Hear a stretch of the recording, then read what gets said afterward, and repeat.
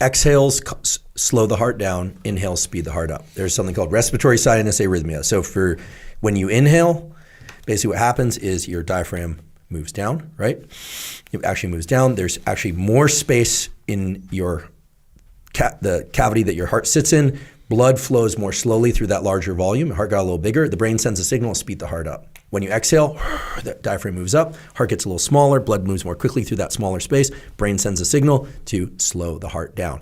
If you increase the duration or the intensity of exhales relative to inhales, you'll calm down. Increase the intensity or the duration of inhales relative to exhales, you will become more alert through these brainstem centers that were not discovered by me, but by this brilliant guy at UCLA named Jack Feldman, who found the two brain areas that are responsible for this. Physiological sighs reopen all the small sacs in the lungs so that you can then offload the maximum amount of carbon dioxide when you exhale. So the big deep inhale through the nose and then squeeze in a little bit more air reinflates the little sacs in the lungs and allows you to offload carbon dioxide on the long exhale that follows. You do this in sleep.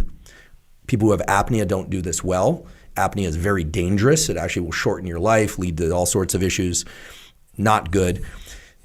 People will use the CPAP or they'll learn to mouth breathe or do these kinds of things. You can also use physiological sighs between rounds in jiu-jitsu to calm down if you want to calm down, or you can do more inhales if you want to ramp up. I mean, fighters know this stuff intuitively and they know how to use breath, but none of these are hacks. These are defined circuits that we all come into the world with. And the reason I say they're not hacks is they work the first time and they work every time, because guess what? You're using them all the time anyway. We're just not normally aware. And so you can, when you're speaking a lot, oftentimes you'll feel stressed because you're not taking a few moments to do these double inhales and exhales as I'm doing now. But if you're having trouble sleeping, do some long exhale breathing. You'll notice you'll calm down. So I call these real-time tools because they don't involve stepping away from what you're doing. Mm-hmm.